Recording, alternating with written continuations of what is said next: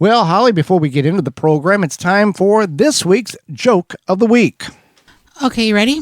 Yeah, I'm here. Okay, why don't scarecrows go for dinner with the farm animals? Because they think they're going to be part of the appetizer, the bed. Scarecrow because it's straw. Yeah. You're overthinking. Oh, I'm overthinking? Okay. It costs them an arm and a leg. Because they're scarecrows. They're scared. Okay. Because they're made out of straw. Yeah, so it might cost them an arm and a leg. Because of the bedding. Yeah. Yeah, okay. Yeah. All right, there you go. Yeah, okay, that was close enough. So anyway, this week's garden joke is brought to you by Rescue.com. American-made rescue products keep your family, home, and yard protected from pest insects like wasps, hornets, yellow jackets, flies, ants, and more. Learn more at Rescue.com. That's RESCUE.com. Chemical fertilizer and organic fertilizer. Now, Holly, you have a degree in environmental science, so you have a little knowledge firsthand of this type of situation. And we encourage people, we don't discriminate, but we encourage you to look at an organic means of fertilization. There's chemical application, liquid and granular, very prominent products and companies out there pushing this type of items in the spring for weed and feed and for getting your lawn ready, and some very prominent figures working with these companies. And then there's the organic side of it, which is not as pushed or not as prominent in the spring and the summer as these other big companies, because when you got a lot of money, you can make a lot of noise type of thing. So what do they do, and how do they react in your soil? And is there really one better than the other? I wouldn't say better or worse. I would just say different. So organic fertilizers are made up of plant, animal, and very occasionally minimal-based compounds. And this is from natural biochemical reactions like fermentation. So to make these organic fertilizers, they use plant, soil bacteria, and then insoluble nutrients. So when applied properly, organic fertilizers do help both crops and soil. So that's the big thing, is that they feed the plants, but they also feed the soil. So then the soil... They're doing two parts. So then synthetic fertilizers are made from things like ammonia, nitrogen, phosphate minerals, and other chemicals through human-controlled chemical reactions, such as a process called the Haber process. And they are quick-acting, and they come in a variety of forms.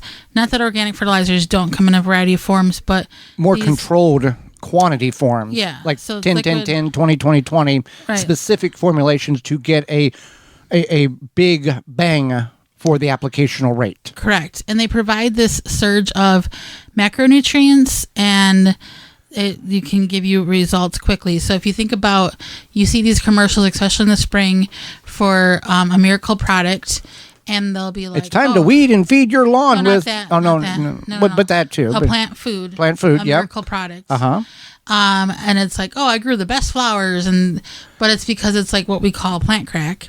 So the plants become addicted to the regular routine of absorbing this chemical. Yes. So anyway, they do provide that surge of the macronutrients. And people utilize this because of the simplicity that it is to get that result that they're looking for very quickly. Correct. So synthetics have a short payoff time, basically, like, they feed the plant quickly, the plant becomes addicted, etc. But there's also risks such as leaching, increased soil and nitrate levels, and then burning the plants. Mm-hmm. So if you don't apply them properly, then you can burn your plants. I mean, it's pretty hard to burn your plants with organic fertilizers. I'm sure it's been done, but it's not easy. So here's some advantages to the organic fertilizers. One, it improves the soil fertility and the health. So when you're using organic fertilizer, you're not necessarily building the soil, but you're improving the soil. And those fertilizers sit in the soil, and they are more slow release in a way.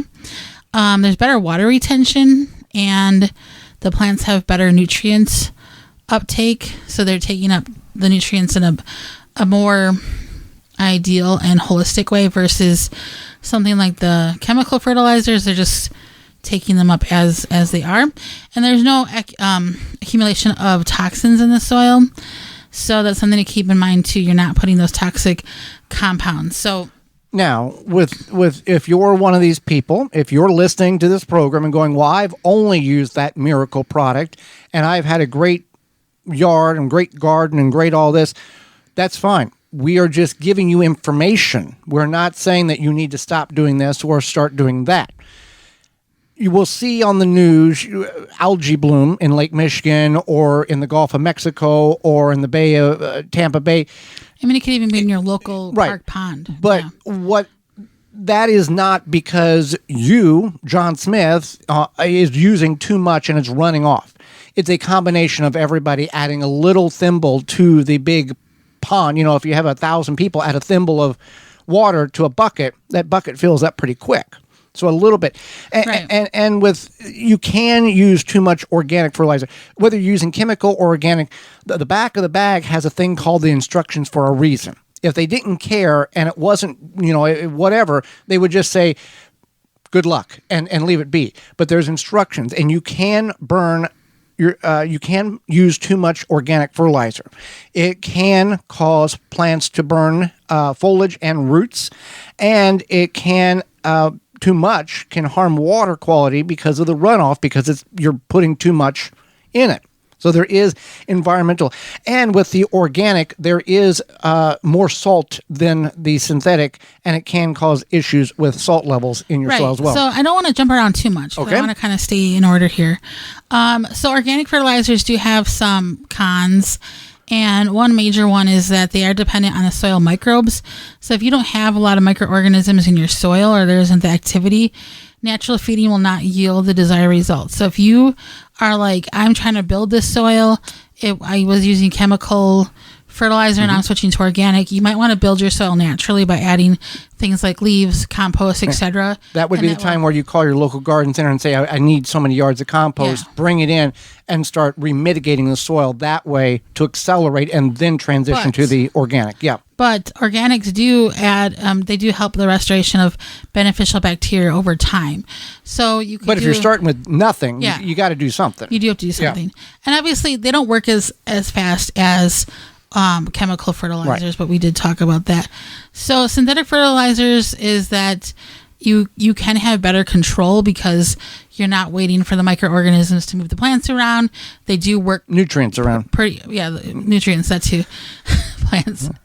What's going on? The tomatoes moving across the garden. That's the worms. That's the worms, honey. Don't worry about it. Just go watch. Go back in the house. They're faster. It's a lot of times people feel they're very convenient to apply because they are easier to apply. A lot of times you don't have to think about it very easily.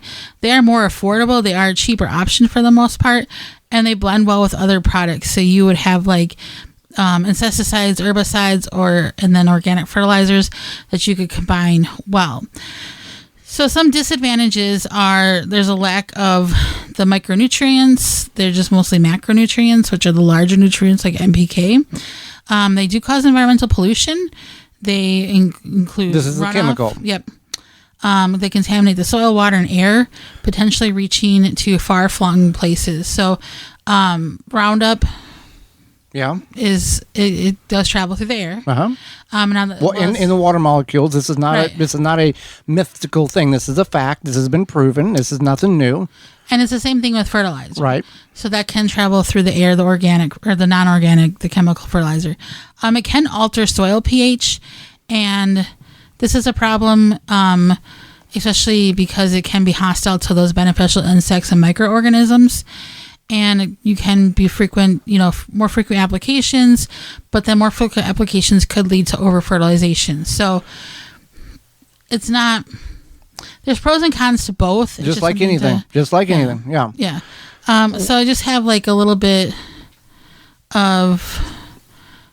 while you're looking for that, we do have a sponsor, IV Organics, 3-in-1 macronutrient fertilizer. You can go to ivorganics.com and use coupon code RADIO to save 10% on your order. All coupon codes can be found under the Money tab at our website, thewisconsinvegetablegardener.com, just presenting you with an organic means, an option that you can utilize for your garden. So one thing I wanted to mention is that On a large scale. So I'm not talking about like your backyard garden. You're talking agricultural level. Okay. Agricultural level. It makes sense why farmers use chemical fertilizers and chemical growing, because it is easier, it's faster, it's more cost effective. Well, when you have a field the size of 20 or let's say 50 football fields, to pay or the means of material or tractor or people in order to get in and weed that, whether you're growing soybeans or whatever the case is, you can have a machine go through and basically cover that whole field in about 8 minutes with a chemical that is killing the soil, killing everything except for the plant. That's where we get into the genetically modified plants. Fertilizer, not weed killer. But yeah. So what I'm saying is that I understand why farmers on a large scale, it comes down to a money thing. Yeah, it comes down to a money thing. And I think we all know that farmers are not making bank, and they're trying to. They're like many of us. They're just surviving. And if you know a farmer, it's different than, I guess you want to call, city people, because a farmer is poor all the time but doesn't know it, because they've got a freezer full. If they have cattle and all that, they got a freezer full of meat. They got a garden full of vegetables. They don't know they're poor, but they're poor. Right. When you're in the city and you don't have a garden and you don't have a freezer full, you know you're poor real easy and real quick. Right, exactly. So that's one of the big differences, is that when it comes to large scale growing, it makes sense, especially because most farmers on a large scale level aren't trying to build their soil. In your backyard, I would consider all of this personally, and I think that as somebody who likes to live in harmony with nature and really appreciates natural resources, I'm going to stick with the organic. But there's some decent sized organic farms that produce lots of tomatoes and lots of sweet corn and go to your local farmer's market and sells it to you. There's a decent sized farms of those all over the country, and it takes quite a bit of manpower. I'm not saying there's not. Yeah, and but just both sides of it. But I'm just saying that if you're, we're talking to home gardeners essentially, and that's how I feel. Yeah. So, well, Walton's Inc. is a company in which supports our program because you support them by buying what they're offering. We are brought to you today by our sponsor, Walton's Inc. Listen, guys, we know you care about where your food comes from. Canning and preserving your fruits and vegetables is great, but what about the meat? At waltons.com, waltonsinc.com, you can get all the equipment, seasoning, and supplies to make sausage, jerky, and any other meat product your way to your high standards. We are upon the meat harvesting, wild meat harvesting in the woods season. So you want to make snack sticks that people actually like. Walton's created meatjuststicks.com, an informational site to help you make the best finished product. Walton's has a full line of their meat grinders, mixers, and sausage stuffers to help you go from animal to edible. You can use code GROW50, that's GROW50, to save 10% off your orders of $50 or more at waltonsinc.com.